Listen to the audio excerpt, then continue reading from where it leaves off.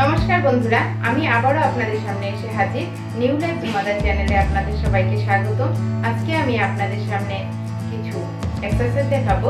Specific ঠান্ডা লাগা থেকে কিভাবে বিরত থাকা যায় তারই উপরে কিছু এক্সারসাইজ দেখাবো। যদি আপনাদের ভিডিওটি ভালো লাগে লাইক, শেয়ার, কমেন্ট এবং সাবস্ক্রাইব করবেন, পাশে বেল আইকনটি প্রেস করে দিবেন। ধন্যবাদ।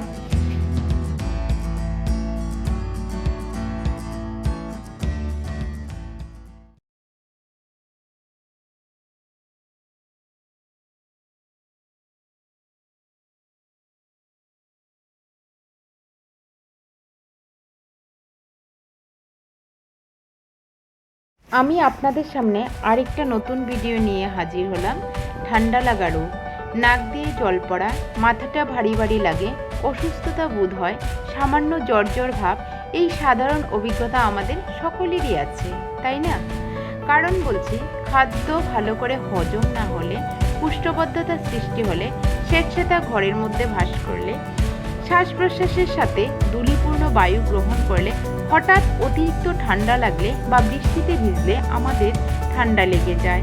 নবগ্রন্থি বা বায়ুগ্রন্থি বা ফুসফুস, টনসিল প্রভৃতি দুর্বল থাকে তাদের খুব তাড়াতাড়ি ঠান্ডা লাগে বা এই রোগে আক্রান্ত হয়।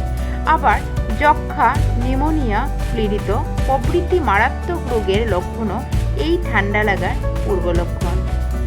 নবগ্রন্থি, বায়ুগ্রন্থি প্রভৃতি বিশেষভাবে দুর্বল না হলে এই সব মারাত্মক রোগ থেকে আক্রান্ত হয় না। এই ঠান্ডা লাগা রোগ সৃষ্টি হয় রক্তের দূষিত জলীয় অংশ থেকে।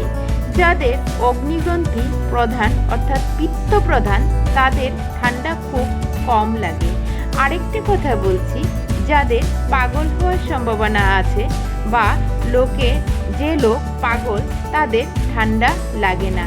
গতিকে বছরে 1-2 বার ঠান্ডা লাগা ভালো। তবে এই রোগ থেকে আমরা কিভাবে মুক্তি পেতে পারি সেই ব্যাপারে আমি কিছু আসন মুদ্রা দেখিয়ে দিব। প্রথমে আমাদের করতে হবে সহজ প্রাণায়াম নাম্বার 1। আমি করে দেখিয়ে দিচ্ছি কিভাবে করতে হয়। নেক্সট করব সহজ প্রাণায়াম নাম্বার 3।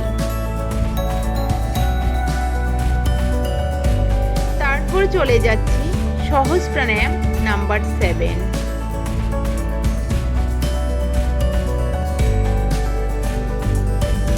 তারপর করব সহজ প্রাণায়াম নাম্বার 9। এই কয়টা প্রাণায়াম করার পরও আরও ভ্রমণ প্রাণায়ামটা অবশ্যই করবেন।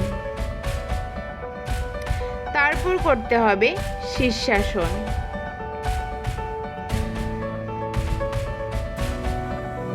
তারপর চলে যাব আমরা শশঙ্গাসন।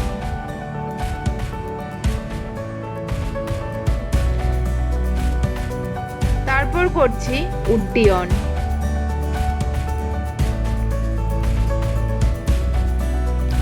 তারপর চলে যাব সর্বাঙ্গাসন। একটা কথা মনে রাখবেন, সর্বাঙ্গাসন 3 মিনিট পর্যন্ত করার জন্য চেষ্টা করবেন। এরপর করব উষ্ট্রাসন। উষ্ট্রাসনও আমরা 3 বার করে নিব।